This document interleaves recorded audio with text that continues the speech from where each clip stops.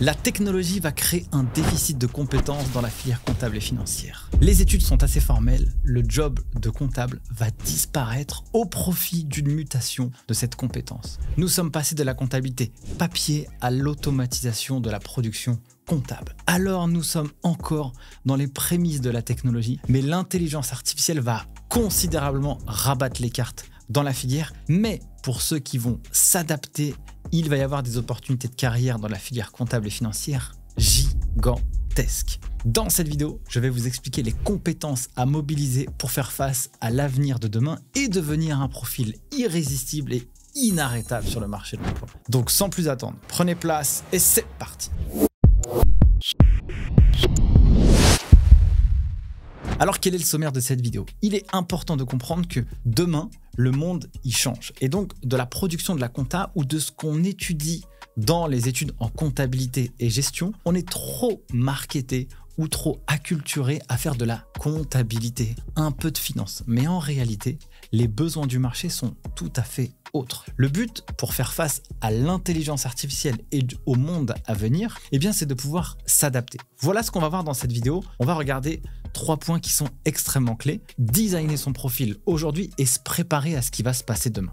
Première chose, un des éléments qui sont importants, c'est que chaque profil doit apprendre à se connaître. Parce que connaître son propre manuel d'utilisation, c'est aussi piloter son avenir demain pour se mettre à la bonne place. Deuxième partie, il va falloir développer des compétences qui vont être irrésistibles, phares sur le marché du travail. Et troisième point, on va se concentrer sur les soft skills. Voilà le programme de cette vidéo. On y va, on attaque. Alors, pourquoi le métier de comptable va disparaître? En fait, les études, elles sont assez formelles. Et moi, je pourrais vous donner mon expérience terrain. La technologie nous le montre bien. Alors, on va regarder ce qui se passe dans d'autres industries. Si je reprends une citation du fondateur de Doctissimo, voilà ce qu'il dit. 100% de leur activité actuelle sera automatisée et traitée par l'IA. Faible, mieux que par les professionnels en 2030. Et là, on parle d'un chirurgien, urologue et neurobiologiste. Mais dans l'industrie de la comptabilité et gestion, moi, je vois que les outils technologiques aujourd'hui peuvent permettre d'automatiser un grand nombre de tâches comptables. Personnellement, j'ai 3 entreprises et dans ces 3 entreprises, j'utilise des outils qui me permettent d'avoir des situations mensuelles à J+5 alors que moi, en termes de comptabilité, chaque mois, j'y passe 1 heure à 1h30 seulement. Alors le métier, il évolue. Donc si on automatise la production de la compta, qu'est-ce qu'on fait après? Et c'est là où c'est très intéressant. C'est que les tâches à faible valeur ajoutée, comme la saisie comptable, la collecte des documents financiers, ça, elle se fait très facilement avec l'IA. Par contre, des tâches à plus haute valeur ajoutée, faire de l'optimisation fiscale, faire de la gestion de patrimoine, faire des missions de conseil, de l'audit, aider des entreprises à lever des fonds. Ça, c'est beaucoup plus compliqué avec l'intelligence artificielle. Elle peut nous aider, mais elle ne va pas avoir une lecture de la vie d'un entrepreneur comme un humain pourrait l'avoir. Alors, commençons par la première partie de l'histoire, vous connaître et votre profil. Donc, connais toi-même. Pour choisir à la fois une carrière professionnelle adaptée à ses objectifs de carrière, avec ses forces, avec ses faiblesses, mais aussi avec ce qui nous plaît réellement dans la vie. Pourquoi faire ça? Pourquoi apprendre à se connaître? Et c'est sous-coté de faire des tests de personnalité. Oui, ils ne sont pas parfaits, mais ils donnent quelques petits indicateurs. Alors pour quelle raison il faut se connaître? C'est pour éviter les déceptions et les échecs d'orientation. Alors c'est pas grave de se réorienter un peu plus tard. Mais combien de personnes ont fait des écoles de commerce, sont parties dans le conseil et après font de la pâtisserie parce que ça les a rendus complètement dingues? On leur avait promis une voie royale et c'est une voie dans laquelle ils ont souffert. Et il serait aussi dommage de s'orienter dans la comptabilité et la gestion si ce job n'est pas fait pour vous. Par contre, s'orienter dans un métier comme le commerce, le marketing, alors que ce sont les chiffres qui vous font kiffer, ce serait dommage de ne pas voir votre lumière briller dans la filière. Donc, c'est important de pouvoir se connaître parce que ça permet de s'épanouir. S'épanouir dans son travail, c'est extrêmement puissant. C'est pas la destination qu'il faut apprécier, c'est le chemin.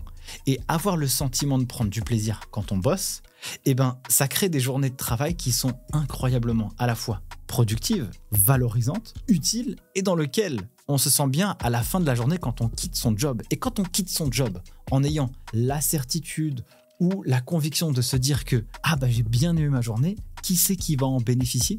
ce sont les gens qui seront dans votre foyer.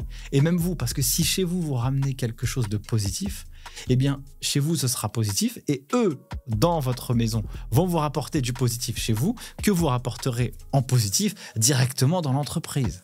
Ça, c'est important. Si, par exemple, vous n'aimez pas la rigueur, que vous aimez quand tout soit freestyle et que vous allez dans un job de contrôleur fiscal, je ne sais pas si ça va être la meilleure orientation possible pour vous. Aussi, si vous souhaitez un style de vie plutôt cool, eh ben, il ne faut pas aller vous orienter dans des jobs qui vont nécessiter un niveau d'exigence mentale, un niveau d'exigence cognitive et en termes de disponibilité trop important. Il faut aller s'orienter dans un job plutôt tranquille. Exemple, dans l'industrie de la compta et de la gestion, vous avez des cabinets comptables. Vous pouvez avoir des tailles de cabinets petits où on va prôner le style de vie, l'équilibre vie pro, vie perso. Et puis vous avez d'autres cabinets qui ont l'image de cabinets où ça bosse dur, où ça bosse de 8h à 22h.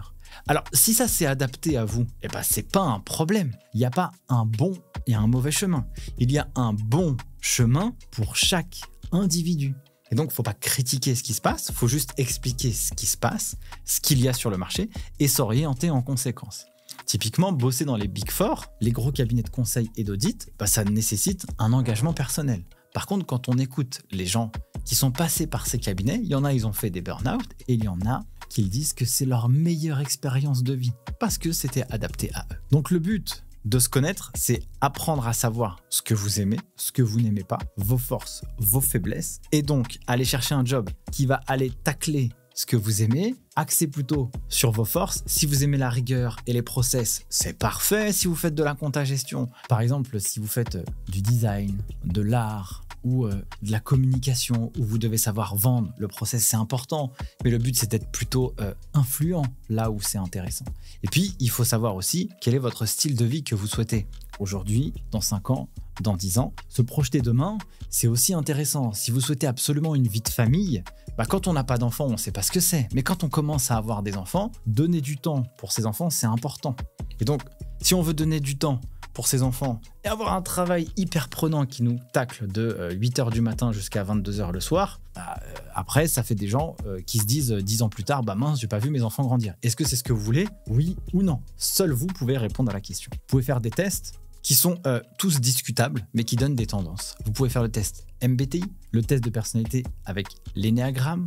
Vous pouvez également faire des profils DISC pour identifier quelle est plutôt votre zone de génie ou votre couleur de personnalité. Par exemple, le DISC, ça c'est ce qu'on utilise chez Counter, à la fois lorsqu'on recrute, aussi lorsqu'on recrute, parce que ça nous permet, pour composer l'équipe, de pouvoir mixer les couleurs. Vous avez des profils rouges qui sont très orientés vers l'action, qui vont se battre, qui vont vouloir avancer, aller très vite. Alors eux, l'inconvénient, c'est que certes, ils vont avancer rapidement, mais par contre, ils vont prendre quelques petits raccourcis. Donc typiquement, un profil rouge, ce serait celui qui va construire une maison tout entière, mais par contre, les fondations, elles sont pas toujours fortes. Et donc là où c'est intéressant, c'est d'avoir des profils bleus qui, eux, seront plus dans les règles, dans la norme, dans les process, qui peuvent être aussi très intéressants pour créer l'équilibre. Et en fonction des typologies de couleurs, vous avez plutôt des couleurs qui sont orientées vers des métiers. Les profils bleus sont plutôt des profils orientés dans la comptabilité et la gestion. Pour autant, vous pouvez avoir une mixité de profils et de couleurs. Ça, c'est intéressant de pouvoir creuser. En tout cas, ça vous donne une grille de lecture sur laquelle vous pouvez dire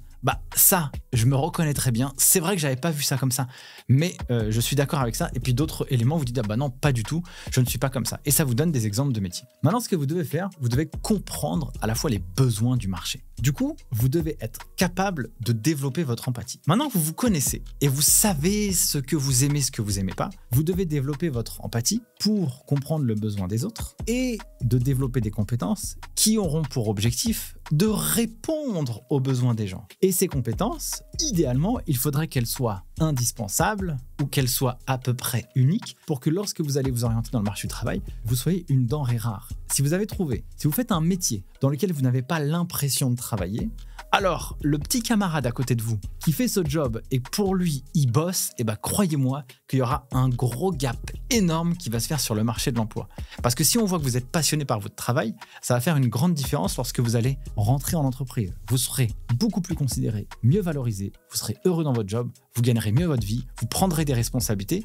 En gros, vous allez réussir à faire ce que vous voulez. parce que vous aurez quelque chose d'unique par rapport à tout ce qui existe sur le marché. Connaissez le besoin des entreprises et développez des compétences pour y répondre. Et là, les besoins du marché, ils sont multiples. C'est ce qu'on va voir dans cette partie de la vidéo. Il y a ce que j'aime appeler le carré d'as, avec ces 4 compétences précises. Vous avez naturellement les compétences de base. C'est un peu la matière première de ce qui va vous aider dans l'écosystème comptable et financier, ou le job de comptable, RAF, directeur financier, collaborateur en cabinet, chef de mission, consultant. Maîtriser le carré d'as. À la fois la compta, qui va permettre de raconter l'histoire financière d'une entreprise sur une période donnée. Donc en gros, tout ce qui se passe dans la boîte, qu'on va traduire en chiffres, la comptabilité va nous aider. La compta, c'est une source de matière première incroyable, parce qu'elle va voguer vers d'autres typologies de compétences qui seront nécessaires. Les entreprises, elles ont besoin de quoi? Elles ont besoin de respecter leurs obligations légales, fiscales, sociales, juridiques, administratives. Donc pour ce faire, vous devez maîtriser la comptabilité, puis la fiscalité, parce que ces 2 thématiques vont de pair de manches. Avec la comptabilité, on va pouvoir faire de la TVA. On va pouvoir calculer l'impôt sur les sociétés. Mais une fois qu'on a ça, ces 2 compétences, eh bien, les entreprises, elles ont besoin de quoi? Elles ont besoin d'analyse. Donc, vous devez maîtriser la compétence à la fois finance, qui va regarder les comptes d'une entreprise, qui va analyser les comptes de manière générale. Et puis, vous avez la compétence contrôle de gestion. On va rentrer dans le cœur de l'entreprise.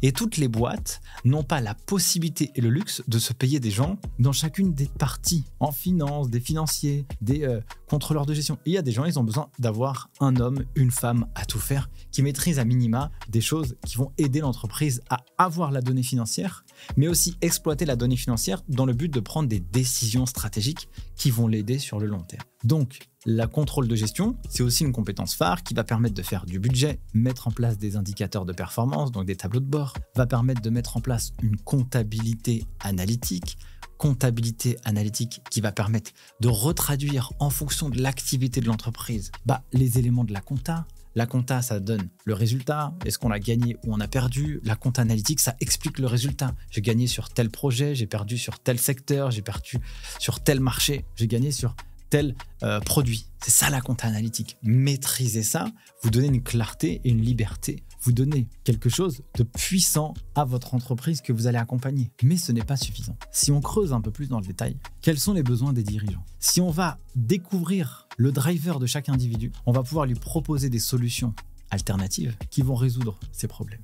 Typiquement, la data et l'ère de la data, l'ère de l'analyse des données, c'est extrêmement puissant car on ne peut améliorer seulement ce que l'on mesure. Et les données, quelles qu'elles soient, que ce soit de la data financière ou de la data quantitative, très axée sur les indicateurs financiers, EBE, EBITDA, résultats, profitabilité, capacité d'autofinancement, tableau de flux de trésorerie, tableau de financement, flux de trésorerie, BFR, tout ça c'est important. Sauf que de la donnée financière, qu'est-ce que je peux en retirer? Des sources d'optimisation pour les entreprises qui sont majeures. Si je vais analyser les comportements de mes clients, si je vais analyser d'autres indicateurs, par exemple le taux de satisfaction de mes collaborateurs, si je vois que la rentabilité, la profitabilité, si je vois que la croissance de mon entreprise, que la rentabilité de mon entreprise, que le résultat de mon entreprise vient s'amoindrir, alors que j'ai un taux de satisfaction de mes collaborateurs qui est vraiment mauvais, je peux me poser la question si la conséquence de ça, ce n'est pas de travailler sur le fait de rendre mes salariés heureux plutôt que d'aller chercher de nouveaux marchés. Peut-être que c'est ça, en réalité, le bon moyen de faire. Et des indicateurs de performance, vous pouvez en définir une multitude dans l'entreprise. Et ça, vous avez beaucoup d'agrégateurs de données, vous avez beaucoup de solutions qui vous permettent d'agréger des données, que ce soit sur la partie commerce, sur la partie produit, sur la partie people. Et ça vous permet de prendre des décisions correctrices pour optimiser les ressources. J'ai interviewé un entrepreneur qui a fondé un groupe qui réalise 100 millions d'euros de chiffre d'affaires. Il a 3 indicateurs de performance importants qu'il regarde. Le taux de satisfaction des collabs, le taux de satisfaction des clients, la rentabilité de son projet. Vous, en tant que financier, demain, si vous apportez des missions de conseil sur la data visualisation, sur le fait de permettre à un dirigeant de se poser des questions sur le fait que les données qu'il va analyser, s'il prend des décisions sur ces sujets, s'il prend des actions correctrices pour améliorer ces indicateurs, alors cela aura un impact positif dans l'écosystème, positif pour son entreprise, positif pour la réalisation, positif pour répondre à son besoin. Si lui, son but, c'est de créer un produit à l'échelle mondiale. Parce que son rêve, c'est ça. Comment allez-vous réussir grâce à la donnée à l'aider à atteindre cet objectif? Si lui, son rêve, c'est de mettre à l'abri sa famille et qu'il se lève tous les matins pour mettre à l'abri ses enfants qui n'ont que 4 ans, peut-être que c'est la gestion de patrimoine qu'il va falloir développer comme compétence pour y arriver. Si lui, il a une peur bleue des salariés, peut-être que son besoin à lui, c'est de le rassurer sur la gestion juridique et le calibrer, le caler sur le droit social. Si lui, son but ultime, c'est qu'il a pas du tout envie de donner de l'argent à l'État parce que ça le rend dingue, parce que lui, il trouve ça injuste de se faire taxer au maximum. Il s'en fout de la protection sociale, il pense à lui. Peut-être que vous pouvez l'aider à gagner beaucoup plus, à payer beaucoup moins d'impôts, à payer moins de charges sociales. Quel est le besoin que vous allez couvrir?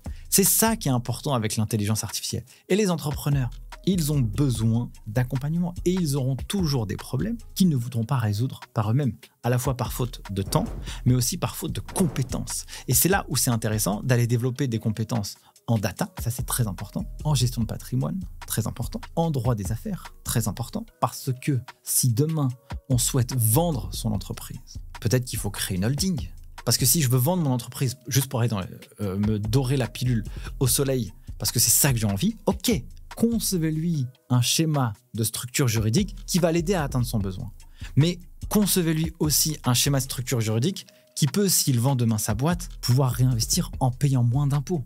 Il faut que vous puissiez avoir toutes les solutions alternatives qui vont l'aider lui à prendre la bonne décision et il vous payera très cher si vous arrivez à le faire économiser ou si vous arrivez à répondre à son besoin. Surtout si il ne sait pas y répondre par lui-même. Dans ce cas-là, vous aurez une valeur inouïe sur le marché de l'emploi. Mais aussi, si vous arrivez à mobiliser, si vous arrivez à acquérir des compétences qui vont aider un dirigeant à atteindre son besoin, du coup, vous serez payé très cher pour ça. Que vous soyez entrepreneur, que vous bossiez en cabinet d'expertise comptable, par exemple, en étant expert comptable, si vous arrivez à acquérir des compétences, vous aurez beaucoup de chiffre d'affaires. Si vous êtes collaborateur dans un cabinet, on vous payera à la fois grassement, mais on vous donnera la responsabilisation. Pourquoi pas, on vous mettra comme associé si vous développez des compétences annexes, que ce soit sur la levée de fonds, le rachat et la cession d'entreprise, la consolidation, le business plan, la cybersécurité, l'audit, que ce soit l'audit de sécurité, l'audit sur la responsabilité sociale et environnementale. Développer ces missions-là, vous devez voguer et analyser les signaux faibles du marché pour pouvoir vous adapter et développer des compétences qui vont y répondre. Je vous ai donné quelques petits éléments qui vous donnent de la matière justement pour développer ces compétences. Si vous souhaitez en apprendre plus, vous avez une académie qu'on a développée sur Counter qui vous permet d'apprendre les meilleures compétences pour réussir dans l'industrie comptable et financière. Gratuitement, vous avez directement ça en barre d'infos. Maintenant que vous avez à la fois votre état d'esprit pour vous adapter aux besoins du marché, que vous avez les quelques briques de compétences techniques qui sont utiles pour répondre aux besoins des entreprises, eh bien vous avez aussi une autre étape. L'autre étape, c'est développer des soft skills. Ça veut dire que votre manière d'appréhender le marché va avoir autant d'impact et autant de valeur que vos compétences techniques. Qu'est-ce que vous pouvez avoir comme soft skills à développer? Avoir une communication efficace qui parle à la fois dans le cerveau et dans le cœur de votre interlocuteur. Le cœur, c'est celui qui va l'aider à prendre des décisions quelque part irrationnelles. Le cerveau, c'est ce qui va l'aider à comprendre de manière très rationnelle tout ce que vous racontez. Pour ça, si vous souhaitez présenter des graphiques, si vous souhaitez vendre quelque chose, apporter, montrer des données, vous adapter à votre audience, être pédagogue, faire passer votre message à la bonne personne de la bonne manière, vous devez apprendre à savoir le faire. C'est pas de n'importe quelle manière. Aussi, faire votre test de personnalité vous permettra aussi d'analyser vos canaux sensoriaux à vous, mais aussi comprendre la personnalité des autres vous permettra de vous adapter à eux et d'avoir le bon système de communication qui permettra d'avoir un message simple et efficace. Vous gagnerez du temps et vous gagnerez en crédibilité. La curiosité, c'est une compétence indispensable. Donc, il y avait une étude de Deloitte en 2019 qui montrait que, à l'époque, les compétences apprises dans les années 1980, elles vous étaient utiles pour 30 ans. Aujourd'hui, les compétences de maintenant, dans 5 ans, c'est terminé. Vous devez être curieux. C'est aussi ça, le fait d'avoir cette curiosité pour pouvoir vous adapter aux besoins du marché. Ce que je vous invite à faire, c'est surtout écouter les signaux faibles qui vous sont donnés. Par exemple, vous êtes en cabinet comptable, vous avez un entrepreneur qui vous dit « Moi, j'ai un vrai problème.